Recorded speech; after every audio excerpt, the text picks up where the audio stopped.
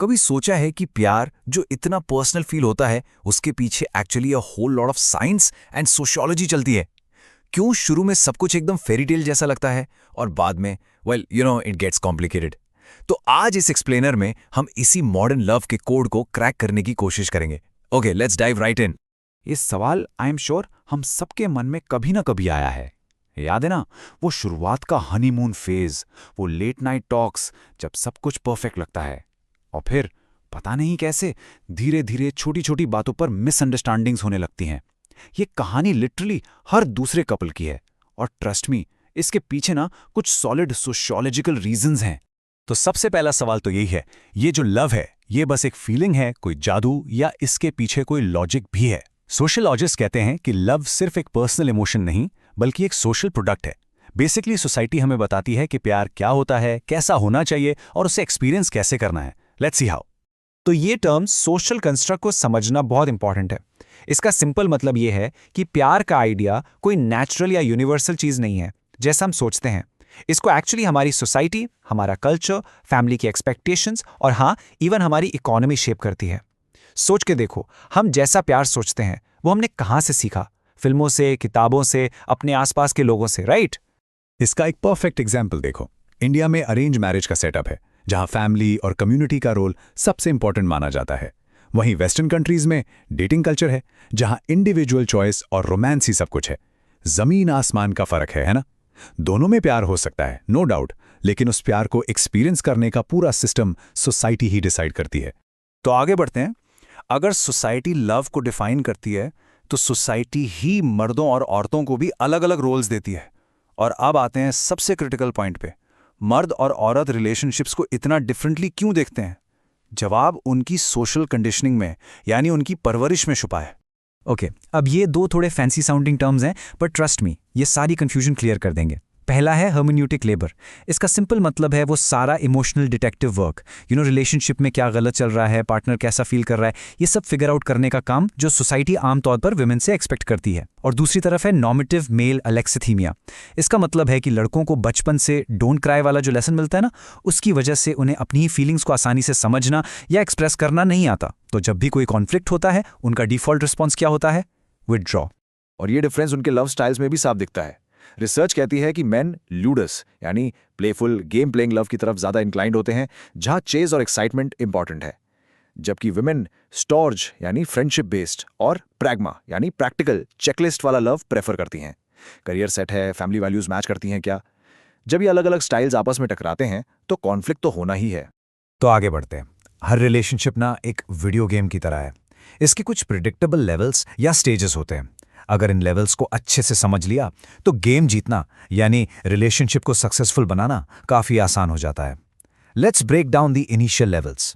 हम फोकस करेंगे इन 4 शुरुआती और सबसे क्रूशियल स्टेजेस पर। पहला है अट्रैक्शन यानी द स्पार्क। फिर आता है इन्फैचुएशन, जिसे हम सब जानते हैं द हनीमून फेज के नाम से। उसके बाद है द रियलिटी चेक और फाइनली आती है सबसे tough level, the power struggle. तो लेवल 1 है अट्रैक्शन। ये पूरी तरह से बायोलॉजी और फर्स्ट इंप्रेशंस का खेल है। ब्रेन में डोपामीन रिलीज होता है, क्यूरियोसिटी बढ़ती है, और आजकल ये स्टेज सोशल मीडिया के अनरियलिस्टिक ब्यूटी स्टैंडर्ड्स और परफेक्ट प्रोफाइल से बहुत ज्यादा इन्फ्लुएंस्ड है। मतलब सब कुछ परफेक्ट दिखता है। फिर आता है सबका favourite level, the honeymoon phase. इस स्टेज में हम अपने पार्टनर का एक आइडियलाइज्ड परफेक्ट वर्जन देखते हैं। हमें उनकी हर बात अच्छी लगती है और हम सारे रेड फ्लैग्स को कन्वीनियंटली इग्नोर कर देते हैं। एफर्ट लेवल इस स्टेज में एब्सोल्युटली 100%। और फिर गेम का डिफिकल्टी लेवल बढ़ता है। Reality hits. धीरे धीरे बेबी यू आर परफेक्ट से तुम अपने गीले टॉवल को बेड पर क्यों रखते हो तक का सफर शुरू होता है। यहां से असली पर्सनैलिटी, आदतें और इनसिक्योरिटीज सामने आने लगती हैं और छोटे मोटे कॉन्फ्लिक्ट स्टार्ट हो जाते हैं। ये है रिलेशनशिप का boss level, the power struggle. यहां ईगो क्लैशेस होते हैं और तुम्हारी गलती वर्सेस मेरी गलती का गेम चलता है। So this is the crucial point. इसी स्टेज में यह डिसाइड होता है कि कपल आगे जाएगा या ब्रेकअप होगा। यही असली टेस्ट है। तो इस पावर स्ट्रगल का सबसे कॉमन पैटर्न क्या होता है? वेल, रिसर्च ने इसको एक लाइन में बिल्कुल परफेक्टली कैप्चर किया है। It's called the female demand / male withdraw pattern.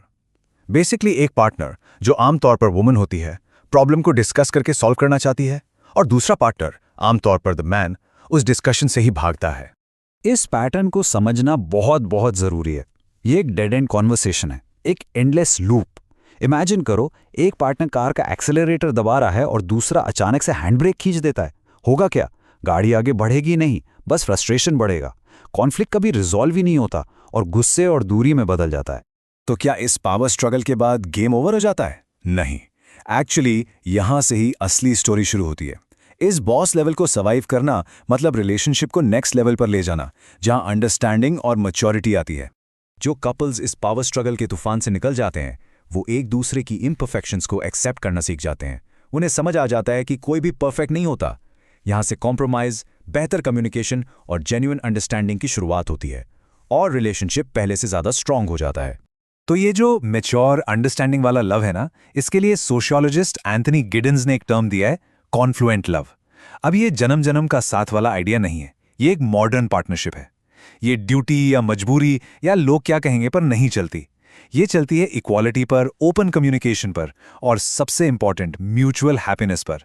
मतलब ये रिलेशनशिप तब तक ही चलता है जब तक ये दोनों पार्टनर्स के लिए फुलफिलिंग हो। It's all about choice, not compulsion. तो इतनी सारी थियरी के बाद आखिर आज के टाइम में एक सक्सेसफुल रिलेशनशिप का फॉर्मूला क्या है?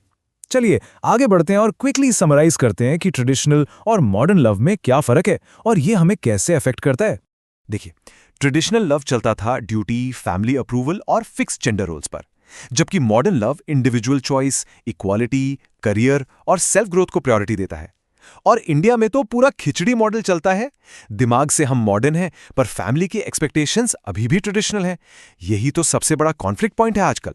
तो आज रिलेशनशिप्स फेल क्यों हो रहे हैं? रीजंस वही हैं जो हमने डिस्कस किए। कम्युनिकेशन गैप्स, ये वही female demand / male withdraw pattern है। अनरियलिस्टिक एक्सपेक्टेशंस, ये सोशल मीडिया से इन्फ्लुएंस हुआ अट्रैक्शन स्टेज है। लैक ऑफ इमोशनल मैच्योरिटी, ये normative male alexithymia in action है। ये सारी चीजें कॉन्फ्लुएंट लव के आइडियल से बिल्कुल ऑपोजिट हैं। और इस पूरी डिस्कशन के बाद मैं आपको बस एक सवाल के साथ छोड़ना चाहता हूं। एक बार रुककर ऑनेस्टली अपने रिलेशनशिप के बारे में सोचिए। क्या वो एक जिम्मेदारी, एक ड्यूटी या सोशल प्रेशर पे चल रहा है, या फिर वो एक ऐसी ट्रू पार्टनरशिप है जो इक्वालिटी, म्यूचुअल रिस्पेक्ट और जेन्युइन खुशी पर बेस्ड है, जिसे हमने आज कॉन्फ्लुएंट लव कहा। इस पर सोचिएगा ज़रूर।